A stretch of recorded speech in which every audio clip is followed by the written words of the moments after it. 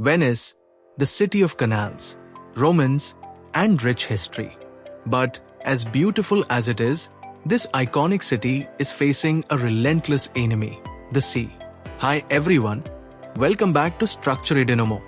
I'm Shiv Shankar Yadav, and today we are diving into one of the most ambitious engineering projects in history, the Venice Tide Barrier Project, also known as MOSE.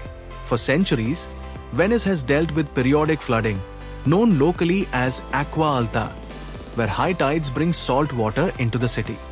But rising sea levels and climate change have made these floods more frequent and severe. With nearly 100 islands in its lagoon and no solid land to anchor to, Venice was always vulnerable. Over the years, high waters have damaged buildings, threatened tourism, and endangered the lives of Ventians. Early solutions to this problem involved raising sidewalks and floors, but with limited success. By the late B7th century, it became clear Venice needed a stronger, larger defense. In 1984, the concept of a massive sea barrier system was introduced. This project was named MOSE. MOSE stands for Modulo Sperimentale Elettromeccanico, or Experimental Electromechanical Module.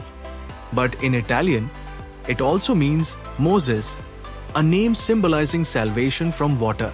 MOSE is a series of 78 mobile barriers positioned at 3 key inlets of the Venetian lagoon, Lido, Malamocco, and Chioggia. Each barrier is essentially a huge, hollow gate, built to rise up when high tides are expected and sink back down when waters are calm. Here's how it works. Normally, these barriers sit underwater, completely out of sight. But when a tide above 110 centimeters is forecasted, air is pumped into the barriers. They then rise up, forming a wall against the incoming tide. MOSE wasn't easy to build. Engineers faced massive technical challenges. The barriers needed to withstand extreme saltwater exposure, resist powerful tidal forces, and fit into a limited space without disturbing the natural ecosystem.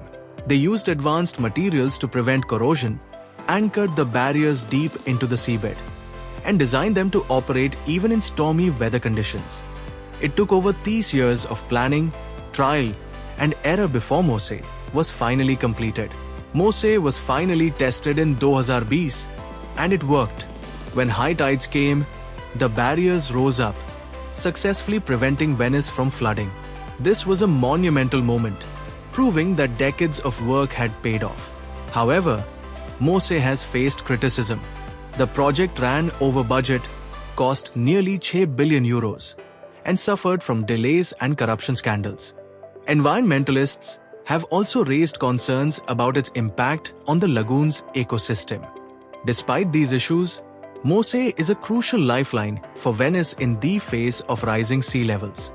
Engineers continue to monitor and improve the system, and it serves as an example of how human ingenuity can adapt to climate challenges.